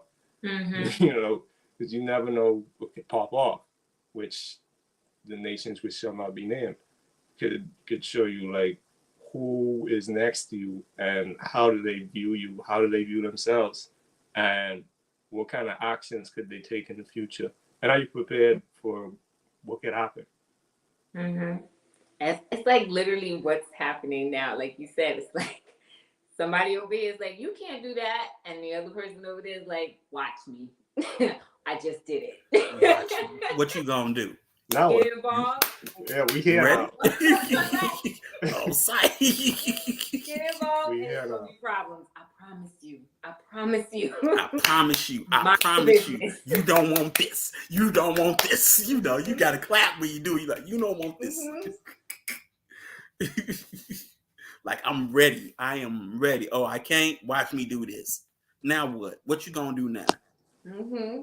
I'm gonna go get my cousin. Right. And it's also like, you know, I have something you want anyway. Try me. Mm-hmm. Yeah, man. Yep. Yes. Let's get this part started. All right, brother Zach. Coming, everybody, putting all the plates back in the kitchen and taking all the food there. I know, we cleaned it up, and he is like, oh, pardon. You like, bro, There's always one. There's always one. Always. You passed the DJ on the way in. Say, exactly. DJ Smutty, the packed Oh, on up. even if he's late, he still gotta pay entrance. So yeah, man. Great.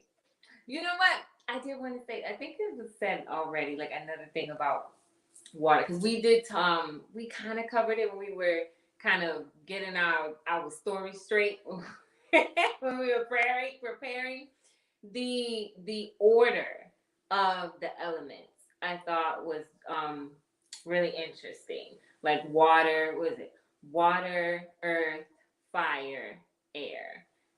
So it starts with like those feminine elements, and then we, you know, and I think she said it earlier, like water was for, like the primordial waters. Like when we read scripture, like that was there first, and then you have, I mean, earth didn't come next, but I just thought it was, you know, all very interesting. I mean, not in scripture, it doesn't come next. You have the ruach first, so that's actually air. So it was interesting, like the order that they chose to like do the elements. Like, you know, I think in real life water comes first, but then I always wondered like why they chose that order of avatar cycles for the elements. And I don't think they ever.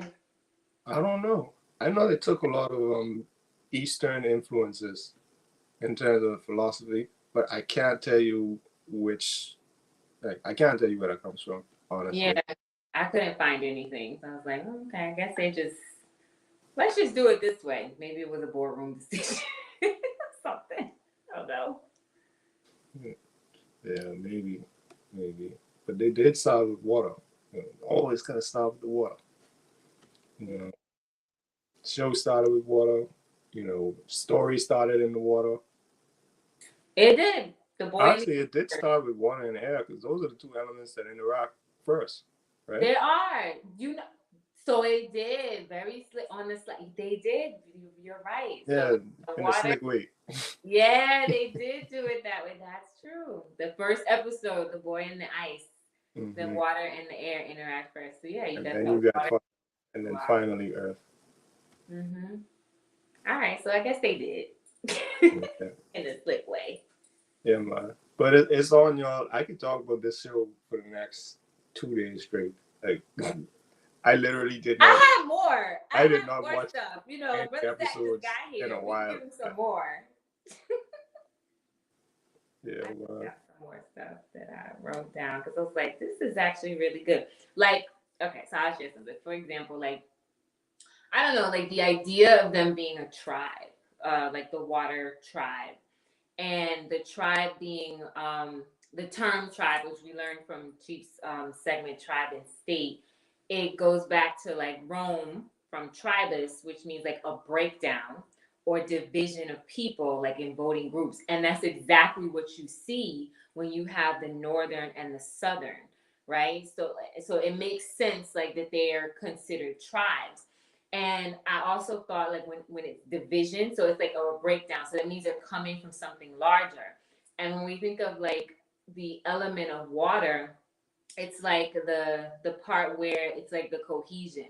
You have like sometimes you'll have droplets of water that stick to themselves, like it'll be break off from a larger, maybe even like a puddle of whatever, and it'll stick to one another over here, and then you'll have like a cluster over here. And so it was um very like the element of water, even how they like I said earlier, like the name of the group really explained like what their culture was and how they moved. So I was like, that's interesting. Like they are like water. Yeah, yeah. And we did touch on this earlier in terms of the elements can also apply to your thoughts or your mentality. You know, like you could see Soccer thought like in a very watery fashion where he was adaptable and he was creative, you know. So you could see that genius coming out. Zuko was intelligent too in terms of the way that he did things, but he still had to respect order and hierarchy, you know, which was one of my favorite episodes when the show first started was the Blue Spirit, right? Because you had Zuko coming through with the dual blades, like I was like, you know, so they had my two favorite weapons in the same scene, which was cool. And you had Zuko coming through, like he had to respect the hierarchy, like what's his name? Zhao. Zhao was promoted. Like he was actually they got my three favorite weapons because they also got the archers, the Yuyan archers, who were basically like I don't know, like they could not miss. Like when he said they could pin a fly to a tree from 100 miles away without killing it, I was like, you exaggerating. It's like he was not exaggerating. You know what I mean? So you have these archers here, and you have Zuko with the dual blades, and you have Aang with the staff. And even though Zuko wasn't using his bending, he still thought in a very linear way. He was very quick with it, and he was driven by his desire and his will. So every decision he made, it was based off of what was for his mission, which was a high risk mission because if you get caught freeing the Avatar, you know, from your own people, you're not only seen as a traitor, now you're officially a traitor. You know, so you're gonna get put to death for that. So he understood the high stakes of it, even when they were escaping, and Xiao was like, "Hold your fire. You know, we must capture the Avatar alive." And like -0.3 milliseconds, Zuko got the knives to his throat. Like, all right, y'all letting us out of here. Yeah. You know, like he was very like quick with it. He knew what it is that would get him what he wanted. You know, that was one of Zuko's strengths. As long as you state what the mission is in black and white terms, he's gonna get it done. You know. Zuko was a really good fighter, so I didn't understand, like, especially when he was doing the blue spirit thing. Like that came as a surprise. I'm like, oh, it's Zuko, because like he didn't use any bending and he was like agile, like he would, you know, he was really good. And I'm just like, so then what is the hesitation when you are, you know, in your regalia or whatever, when you're you know showing up as the Zuko, the disgraced fire prince? And I don't know, maybe it was because there was an element of anonymity, and so he could kind of like come out of himself and be this great thing. Because I was just like, yeah, his father and his sister, like he was like the least talented. I'm like, no, he's good, but he just Iroh told him, like, you gotta let your anger holds you back. That's why he couldn't create fire, his anger. But when he was the blue spirit, he was freer, I guess. Yeah, I think so too. I think he was much freer, and he usually donned that mask when he wanted to do something that would offend his ego or like his social mask. So when he was robbing people, he put the mask on. When he wanted to get the avatar, he put the mask on. When the one virgin from the Fire Nation basically he humiliated his uncle in order to get give him some money. He gave him some spare change, but he's like, dance with me, fat man. And he's like, swinging the swords at his feet, and that really got to Zuko. We're royalty. What we doing out there begging? So he went and found that dude in the dark alley, literally. Pull up. Yeah, but so Zuko did what he wanted to do as the Blue Spirit. That was like his id. That was like what he used to get what he wanted, regardless of what his ego told him. Like, this is my desire. I want this thing, and I'm gonna get it. But nobody's gonna know it was me. But I'm gonna reap the benefits anyway. That was like his covert sort of thing. And fun fact, he got that mask from his mother. Yeah, his mother used to do like stage plays and theater and stuff like that. So she brought that along with her when Ozai basically came to collect her from where she was. Okay. Good thing. Was that good for you, Brother Zach? You came in late, so we gave you a last song. Yeah, we tried to put together Closing time. Yams. Last song. Yeah, we got some leftover peach cobbler. Yeah, but we ain't got no more to drink. We drunk all that, and we packed that all up in the car too. So you can't get nothing to drink. Water. Yeah. Some water though. We still got some bottled waters and maybe a wine cooler. Yeah. In the fruit, because nobody ever. Let me move this table right quick. Let me back up these chairs. Since you can't know. How about that? Since you want to be late. All right. Ta-da. Good thing. This was fun. We have to find another one. Do it again.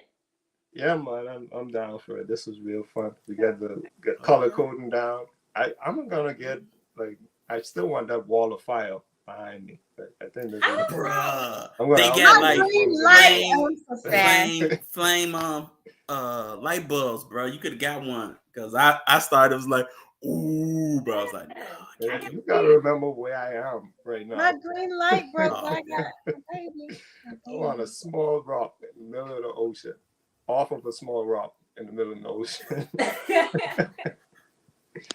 Yeah, but give thanks everyone for coming through. And this was actually a long time coming. This was supposed to be the first one, really and truly. But we here, we did it. Yeah. So I'm gonna finish. Yeah, getting Brother Zach to help me move these tables and pack up these chairs a little more so we can ride out. Okay. Right. Peace. Peace, everyone. Give thanks. Give thanks.